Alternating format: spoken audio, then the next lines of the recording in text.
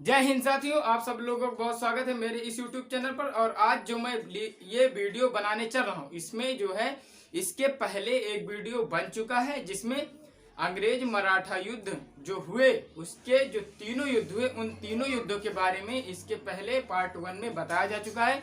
ये उसका पार्ट 2 है जिसमें चौथा अंग्रेज मराठा युद्ध और उसके बाद डलहौजी की विलय नीति के बारे में बताया जाएगा। तो चलिए सबसे पहले स्टार्ट करते हैं। सबसे पहले हुआ क्या, कहने का मतलब युद्ध कैसे हुआ। तो इसके पहले जो सिनेरियो था उसमें यह था कि स्टार्टिंग के 3 युद्ध हो चुके थे, सब लोग अपनी अपनी जगह पे थे, ठीक है। फिर उसमें क्या हुआ कि जो ये पूना और नागपुर रेजिडेंसी थी, पुणे रेजिडेंसी में पेशवा बाजीराव द्वितीय रहता था, ठीक। और उसके बाद और नागपुर रेजिडेंसी थी। तो ये रेजिडेंसी ऐसी होती थी कि इसमें जो है ना अंग्रेज जब किसी क्षेत्र को जीत जाते थे या संधि करके उसे अपने क्षेत्र में ले आते थे तो उसकी देख रेख करने के लिए उसमें अंग्रेज अधिकारी रखते थे और उसमें अपनी सेना रखते थे। और ये जो रखने का काम होता था ना, ये इनकी एक सहायक संधि होती थी जो लॉर्ड वेलेस्ली लेके आया था, उसके तहत ये होता था। तो इसमें क्या था कि पेशवा बाजीराव द्वितीय, सिंधिया और होलकर, इन तीनों ने मिल करके क्या किया, पुणे और नागपुर रेजिडेंसी पर आक्रमण कर दिया। और इस बात को अंग्रेजों की खबर लग गई और क्या हुआ कि ये जो आक्रमण इन्होंने किया ये कारण बन गया अंग्रेज मराठा युद्ध, जो चौथा युद्ध हुआ इसका ये कारण बन गया। इसमें क्या हुआ कि अंग्रेज जीत गए और इस तरीके से मराठाओं का पूरी तरीके से अस्तित्व जो है एकदम समाप्त हो गया।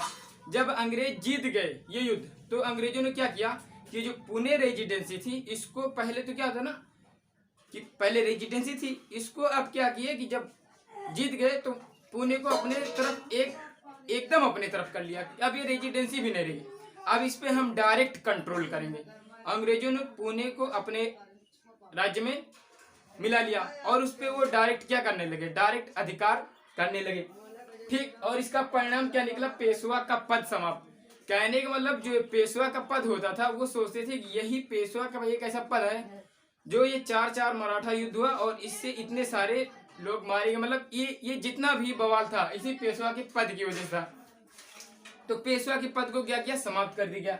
दूसरा परिणाम यह निकला कि अंग्रेजों के अधीन सिंधिया तथा होलकर, इनको बताया गया सुनो, तुमने ये जो किया है ना इसके लिए अब तुम क्या करोगे, अब तुमको अगर अपना अस्तित्व थोड़ा मोड़ा बनाए रखना है तो तुम अब हमारे अधीन काम करोगे, ठीक है। और जो तुम्हारे अधीन है वो भी हमारे अधीन रहेंगे। तो इससे क्या हुआ, सिंधिया तथा होलकर ने थोड़ा विरोध जताया, नहीं ऐसा नहीं होगा, हम अगर तुम्हारे अधीन रहेंगे, ठीक है, लेकिन जो हमारे अधीन है उनको आप स्वतंत्र कर दीजिए। तो उन्होंने कहा सुनो, तुम हम पे युद्ध करने आओ तब भी तुम्हारा नुकसान, हम तुम पे युद्ध करें तब भी तुम्हारा ही नुकसान, तुम हमसे संधि करो तब भी तुम्हारा ही नुकसान। कहने का मतलब अगर तुम्हारा हर साइड से नुकसान हो रहा है तो क्यों हो परेशान, ये जो मैं कह रहा हूं इसी बात को मानो और नुकसान के बारे में मत सोचो, ठीक।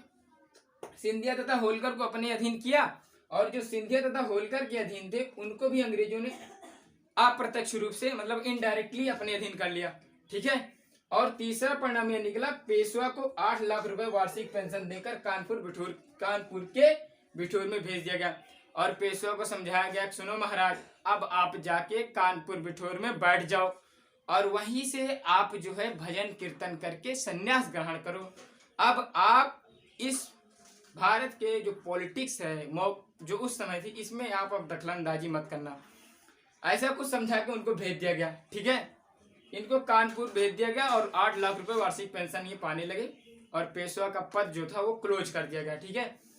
तो ये था चौथा अंग्रेज मराठा युद्ध, ठीक। अब उसके बाद ये तो मैंने भी बताया वेलेस्ली की सहायक संधि हुई। वेलेस्ली की सहायक संधि ये तो केवल सहायता करके लोगों को परेशान करते थे और ये डलहौजी जो है ना इसने सहायता भी नहीं किया, इसने सीधा सीधा कहा सुनो, जिसको संतान नहीं है, जिस राजा के पास संतान नहीं है और जो राजा डायरेक्ट अंग्रेजों के कंट्रोल में थे, जो राजा डायरेक्ट अंग्रेजों के अधीन थे, वो अब एक काम करेंगे कि वो जो है अब किसी को भी पुत्र उत्तर गोद लेने की जरूरत नहीं है, हम लोग है ना यहाँ पे देख रेख करने के लिए, आप लोग एक काम करो, राज करो, जब तक राज करो, ठीक है, नहीं जिस दिन खत्म वो साम्राज्य जो है सीधा हमारे कब्जे में हो जाएगा, आप लोगों को परेशान होने की जरूरत नहीं है। और ऐसा हुआ भी। कहने का मतलब और जो अंग्रेजों के डायरेक्ट नियंत्रण में नहीं थे, उनके लिए ये कानून बना दिया गया कि अगर आपको किसी भी पुत्र को गोद लेना है तो आप सबसे पहले अंग्रेजों से उसके बारे में पूछेंगे, अर्थात जब अंग्रेज कहेंगे, कहने का मतलब जब हाँ यहाँ से बताया जाएगा हाँ अब आप गोद ले लीजिए, तब आपको लेना है, उसके पहले आप गोद नहीं ले सकते। लेते हैं तो कानूनी रूप से अवैध माना जाएगा। जबकि हिंदू धर्म में यह था कि जिस राजा के पास कोई अपना आगे वंश बढ़ाने वाला नहीं है वो उसको गोद ले सकता है।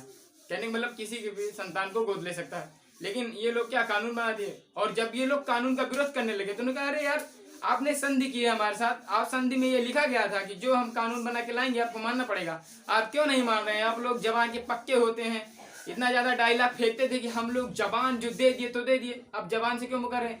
तो ये लोग सोचते हैं हाँ यार जबान तो दे दिए हैं। फिर क्या हुआ ना कि इसी तरीके से दिमाग लगा के डलहौजी की, जो इसको डलहौजी की विलय नीति कहा जाता है, और इस विलय नीति के तहत इसके द्वारा इन्होंने सतारा, देख रहे हो सतारा का राजा का शायद कभी किसी ने नाम सुना हो, सतारा, नागपुर, उदयपुर, जैतपुर, बघाट, संभल, झांसी, इन सब राजाओं को क्या हुआ, अंग्रेजों के अधीन होना पड़ा। ठीक है, और जब ये अंग्रेजों के अधीन हुए तो इनका राज्य जो था वो अंग्रेजों के पास चला गया, क्योंकि इन लोगों के पास आगे के वंश बढ़ाने वाला, कहने का मतलब राज करने वाला कोई नहीं था। और फिर उसके बाद जब इतना काम किया ना तो उसने कहा सुनो अब जो ये अपने नाम के आगे नवाब लगाते हैं, मुगल लगाते हैं, और नवाब, मुगल और जो कुछ भी लगाते हैं, पेशवा, पदवी तथा पेंशन समाप्त। इसने कहा इनकी ये पदवी सबसे पहले ये खत्म करो कि ये जो अपने सामने टाइटल लगाते हैं ना ये लोग मराठा, ये सब पदवी तथा पेंशन समाप्त कर दिया उसने। और उसके बाद इस पदवी और पेंशन समाप्त करने में सबसे पहले कौन थे? सबसे पहले थे कर्नाटक के नवाब, क्योंकि ये बहुत स्टार्टिंग से ही अंग्रेजों के साथ है, सबसे पहले इनके साथ खेला हुआ। उसके बाद तंजौर के राजा और नाना साहब, इन तीनों को सबसे पहले समाप्त कर दिया। और भी सबका समाप्त किया गया होगा, लेकिन मेन स्टार्टिंग में यही तीनों थे। ठीक है, और बस ये जो है पार्ट यहीं तक सीमित था। आशा करता हूँ कि आप सब लोगों को वीडियो अच्छा लगा होगा। वीडियो